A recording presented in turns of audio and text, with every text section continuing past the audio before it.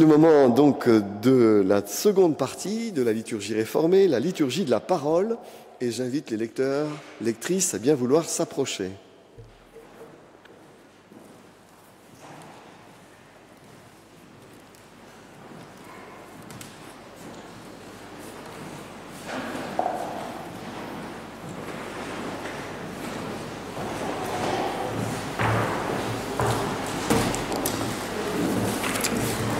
Alors ce matin, nous allons lire Luc 1, versets 5 à 14. Au temps d'Hérode, roi de Judée, il y eut un prêtre du nom de Zacharie, de la classe d'Abia. Sa femme était une descendante d'Aaron et son nom était Élisabeth. Tous deux étaient justes devant Dieu et suivaient d'une manière irréprochable tous les commandements et les ordonnances du Seigneur. Mais ils n'avaient pas d'enfants, parce qu'Élisabeth était stérile, et ils étaient l'un et l'autre d'un âge avancé. Or, dans l'exercice de ses fonctions devant Dieu, selon le tour de sa classe, il fut désigné par le sort, suivant la coutume du sacerdoce, pour entrer dans le temple du Seigneur et pour y offrir le parfum. Toute la multitude du peuple était dehors en prière à l'heure du parfum. Alors, lui apparut un ange du Seigneur, debout à droite de l'autel des parfums. Zacharie fut troublé en le voyant, et la crainte s'empara de lui. Mais l'ange lui dit : « Sois sans crainte, Zacharie, car ta prière a été exaucée. Ta femme Élisabeth t'enfantera un fils, et tu l'appelleras du nom de Jean. Il sera pour toi un sujet de joie et d'allégresse, et beaucoup se réjouiront de sa naissance. »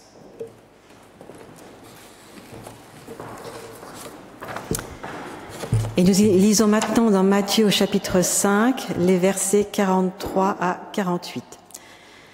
Vous avez entendu qu'il a été dit : tu aimeras ton prochain et tu haïras ton ennemi. Mais moi, je vous dis, aimez vos ennemis, bénissez ceux qui vous maudissent, faites du bien à ceux qui vous haïssent, et priez pour ceux qui vous maltraitent et qui vous persécutent. Alors, vous serez fils de votre Père qui est dans les cieux, car il fait lever son soleil sur les méchants et sur les bons, et il fait pleuvoir sur les justes et sur les injustes. En effet, si vous aimez ceux qui vous aiment, quelle récompense aurez-vous ? Les péagers aussi, n'en font-ils pas autant ? Et si vous saluez seulement vos frères, que faites-vous d'extraordinaire ? Les païens aussi, eux-mêmes, n'en font-ils pas autant ? Soyez donc parfaits, comme votre Père céleste est parfait. Et nous lisons dans Corinthiens 2, chapitre 6, les versets 4 à 10. Mais nous nous rendons à tous les égards recommandables, comme serviteurs de Dieu, par beaucoup de patience dans les tribulations, dans les calamités, dans les détresses, sous les coups, dans les prisons, dans les troubles, dans les travaux, dans les veilles, dans les jeûnes, au milieu de la gloire et de l'ignominie, au milieu de la mauvaise et de la bonne réputation, étant regardés comme imposteurs, quoique véridiques, comme inconnus, quoique bien connus, comme mourants, et voici nous vivons, comme châtiés, quoique non mis à mort, comme attristés, et nous sommes toujours joyeux.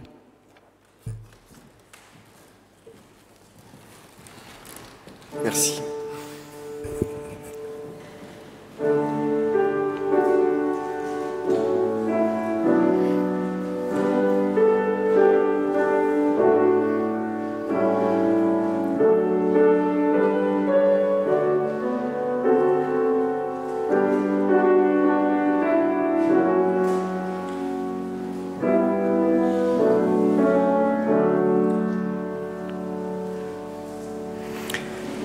Et nous chantons le chant 3104, Après la longue attente, c'est à la page 310. Et je vous invite à bien vouloir vous lever.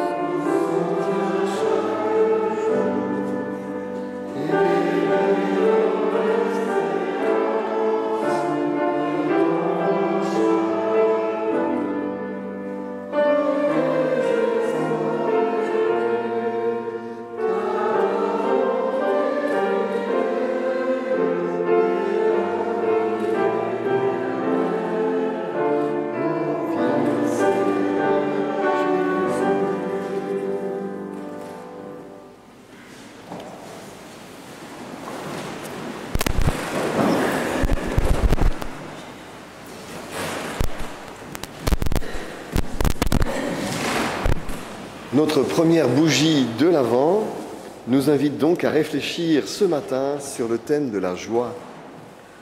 Ce n'est pas un thème aussi simple qu'on pourrait le penser.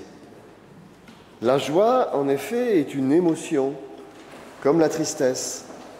Mais certains la comparent au bonheur, dans l'un de ses aspects, car elle ne se réduit pas à la gaieté ou à la liesse, mais elle se vit aussi comme un état durable qui perdure malgré les événements ou les circonstances sombres de l'existence.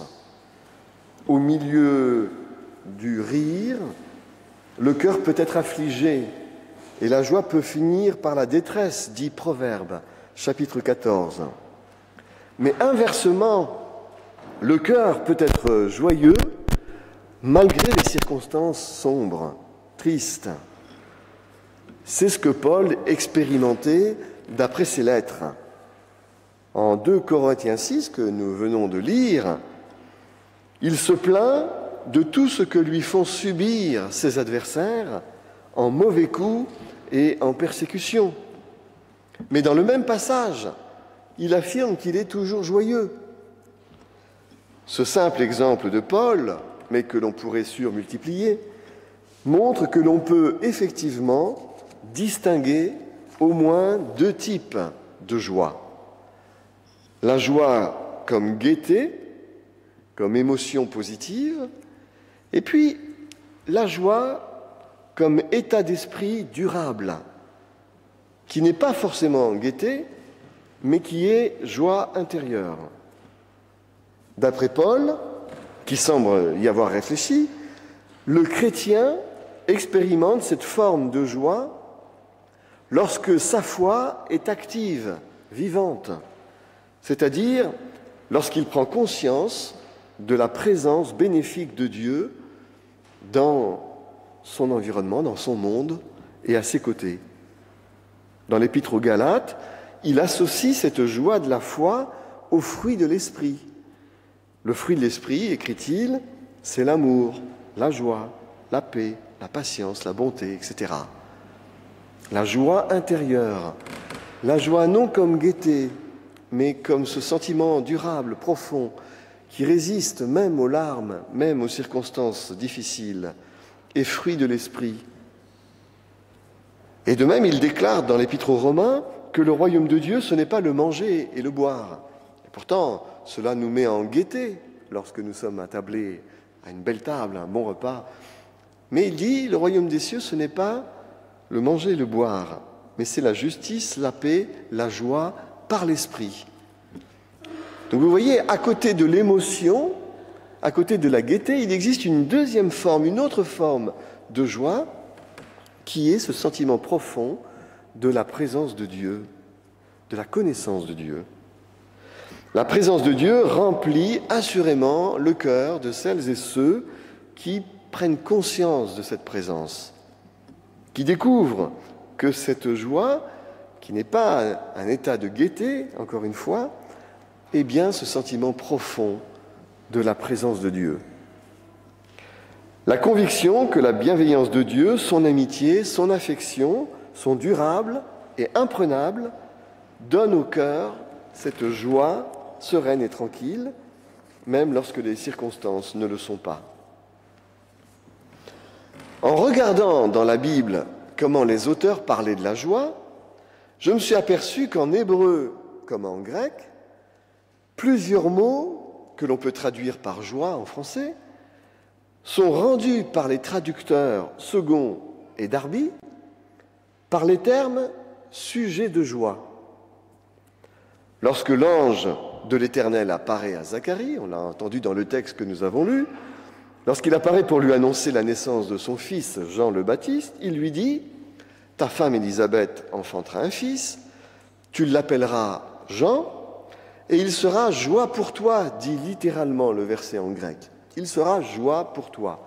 Et c'est le mot « kara » qui est utilisé. Or, Darby et Second traduisent « kara » par « il sera pour toi un sujet de joie ».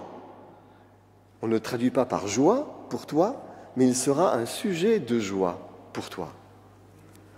Cette formulation m'a interpellé. À vrai dire, elle faisait écho dans mon esprit avec ce fameux cantique que nous chantons, un sujet de joie, un sujet de joie. J'avais ce cantique dans l'esprit, et tout à coup, je prenais conscience que les traducteurs traduisaient non directement, littéralement, mais qu'ils incluaient ce sujet avec joie.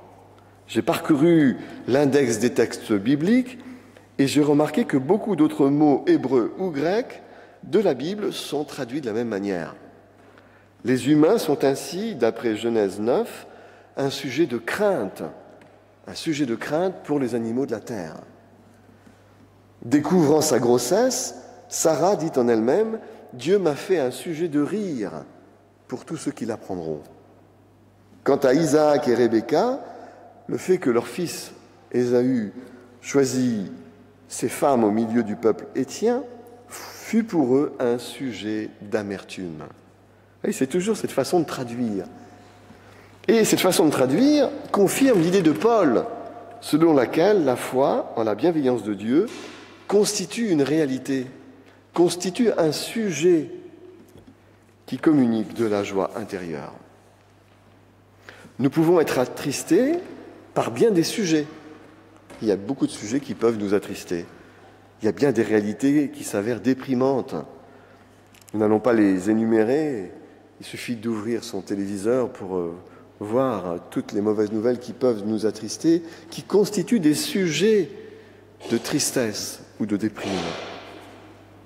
Mais il reste vrai, toujours et en tout temps, que l'amitié assurée et imprenable de Dieu, sa bienveillance irrévocable, acquise pour tous les humains, constitue un sujet de joie. Ça, c'est un sujet de joie. Nous avons beaucoup de sujets de tristesse, mais là, nous avons un sujet de joie.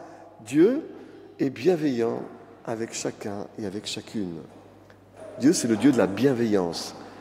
C'est le Dieu d'une amitié qui ne se reprend pas, qui se donne sans se reprendre. C'est un sujet de joie. On peut penser que nos amis les meilleurs peuvent nous trahir, mais Dieu, lui, ne nous trahit pas.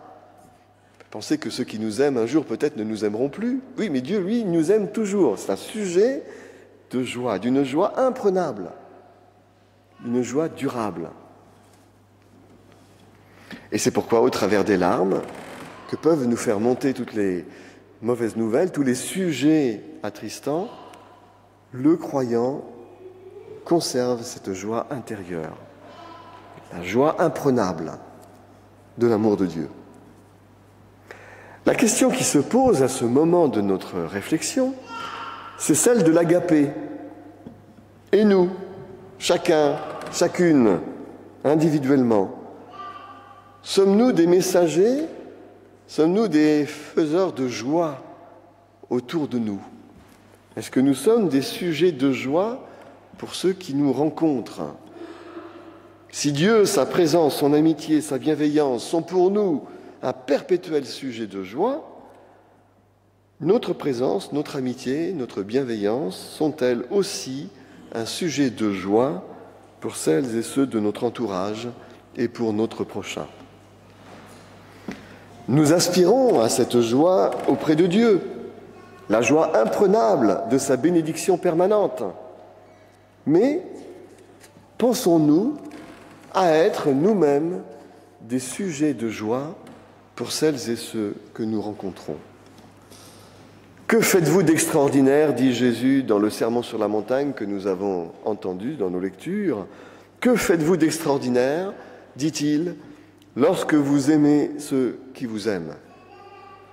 Aimez faire du bien à celles et ceux qui vous sont favorables et qui vous aiment ne réclame pas beaucoup d'efforts, il est vrai. Encore que nous ne savons pas toujours comment bien aimer celles et ceux qui nous aiment.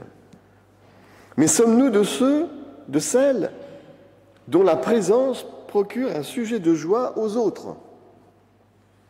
À moins d'être un saint ou une sainte déjà, la réponse est immanquablement nuancée. Nous sommes en effet plutôt de celles et ceux qui font du bien à ceux qui les aiment, plutôt qu'aux autres. Et nous ne voyons certainement pas comment, d'ailleurs, dans le vrai monde, où les humains sont pécheurs et adeptes de la volonté de puissance, oui, comment nous pourrions être débonnaires avec tous et toutes. Sans un minimum de dissuasion, il faut être réaliste, il faut être honnête, sans un minimum de dissuasion qui marque les limites, nous devenons vite les souffre-douleurs des narcissiques et des autoritaires que nous sommes amenés à rencontrer un peu partout, y compris dans les rayons des supermarchés. Si nous n'avons pas un peu de dissuasion, malheureux sommes-nous. Il en va de même dans nos fonctions et dans nos responsabilités professionnelles.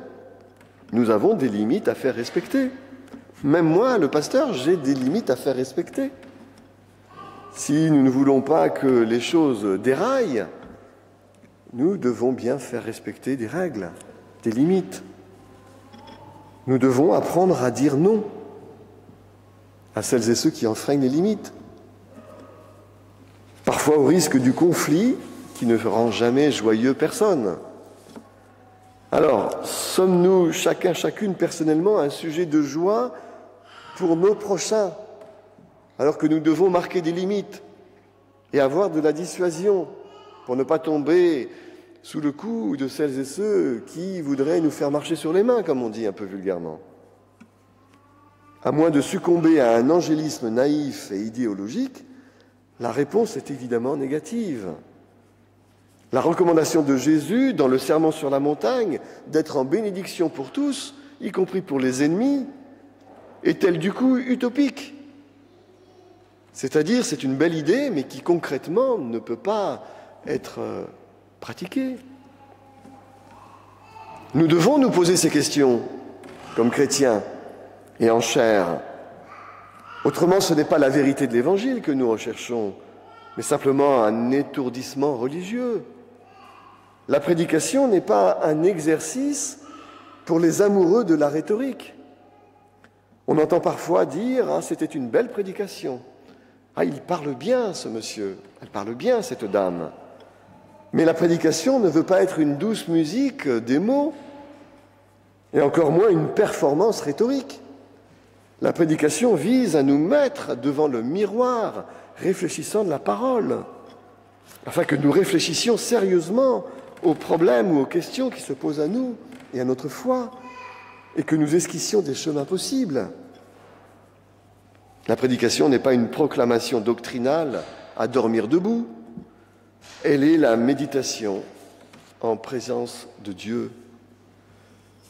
Alors, à bien y réfléchir à ce dilemme que Jésus nous pose dans le Sermon sur la montagne, en nous recommandant d'être parfaits comme notre Père est parfait, et d'aimer non seulement ceux qui nous aiment, mais aussi les autres, être bienveillant envers les autres, être un sujet de joie pour tout le monde. Face à ce dilemme, il me semble qu'il est possible de considérer que son exhortation, finalement, constitue premièrement une boussole, un GPS, un cap qui nous indique vers quoi nous devons tendre. Le Sermon sur la montagne nous montre vers quoi nous devons tendre. Mais il s'agit aussi d'une conscience spirituelle que Jésus nous greffe, nous implante. Une conscience spirituelle destinée à nous rendre intranquilles et insatisfaits. Jésus veut nous rendre intranquilles et insatisfaits tant que nous ne progressons pas justement vers ce but vers lequel nous devons tendre. Avoir un cap, avoir une boussole, avoir un GPS, ce n'est pas rien pour se diriger correctement. La boussole, le GPS, nous indique lorsque nous nous éloignons de notre objectif. Et ils nous le font retrouver lorsque nous les consultons. Quant à la conscience d'avoir à progresser dans la ressemblance de Dieu, soyez parfaits comme votre Père Céleste est parfait, elle ne peut que nous laisser intranquilles. Elle ne peut que nous laisser insatisfaits. Est-ce que vous êtes vraiment parfaits comme votre Père Céleste est parfait ? Moi, personnellement, je ne le suis pas. J'en suis loin. Mais voilà, ce sermon sur la montagne me propose de tendre vers cette ressemblance à Dieu. Et tant que je ne progresse pas vers cette ressemblance à Dieu et que je lis le sermon sur la montagne, je suis dans l'intranquillité, je suis dans l'insatisfaction. Et c'est ce que Jésus veut que nous soyons. Il veut que nous soyons intranquilles, insatisfaits de nous, tant que nous ne progressons pas vers cet amour des autres, y compris de ceux qui ne nous sont pas favorables. L'intranquillité et l'insatisfaction, ce n'est pas la culpabilité. Bien sûr qu'il peut y avoir de la culpabilité en toute chose, mais l'intranquillité, ce n'est pas la culpabilité. C'est ce sentiment de ne pas encore avoir réussi. L'intranquillité, l'insatisfaction, c'est le lot de l'artiste ou de l'artisan qui ne peuvent pas se contenter d'une réalisation moyenne en dessous de la norme. L'intranquillité et l'insatisfaction sont-elles alors compatibles avec la joie intérieure dont nous avons parlé? Est-ce que l'on peut être à la fois intranquille et en même temps avoir cette joie de la présence de Dieu, de l'amour de Dieu dans nos cœurs? La réponse est oui. Nous avons vu que cette joie n'est pas la gaieté, mais elle est conscience de la présence de Dieu dans nos vies. Alors en conclusion, peut-être que nous ne pouvons pas être des sujets de joie pour tout le monde. Nous ne pouvons peut-être pas être des sujets de joie pour tout le monde, mais nous pouvons nous efforcer de l'être pour un maximum. Et nous pouvons en tout cas être intranquilles tant que nous ne progressons pas dans cette perspective. Peut-on d'ailleurs ressentir en soi la joie profonde, spirituelle dont parle Paul, la joie de la foi, et vivre en dichotomie avec cette foi et avec cette joie? Il me semble que celui ou celle qui ressent la présence de Dieu a naturellement envie de la partager. Certes, encore faut-il que nous progressions dans la compréhension de Dieu, parce que si nous nous faisons une représentation de Dieu, d'un Dieu terrible, impitoyable, qui envoie en enfer celles et ceux qui n'ont pas la foi, alors nous risquons de ne pas être portés à la bienveillance vis-à-vis de notre prochain. Être pour les autres un sujet de joie se cultive, en cultivant bien sûr la connaissance de Dieu. C'est en accueillant cette joie de la foi en soi, ce sentiment de la foi, de la joie profonde, que l'on a envie de progresser vers la ressemblance que Jésus nous indique dans le Sermon sur la montagne. C'est en écoutant ce sentiment profond de joie en nous que nous avons envie de le partager et bien sûr d'être un sujet de joie pour le maximum, puisque nous ne pouvons pas manifestement l'être pour tous et toutes. La lumière qui est venue dans le monde, c'est cette joie profonde du royaume qui s'est approchée de chacun et de chacune. La lumière est venue dans le monde, c'est elle qui est la boussole, le GPS qui nous indique le chemin, le cap vers lequel Dieu nous accompagne et là où il nous attend. Amen.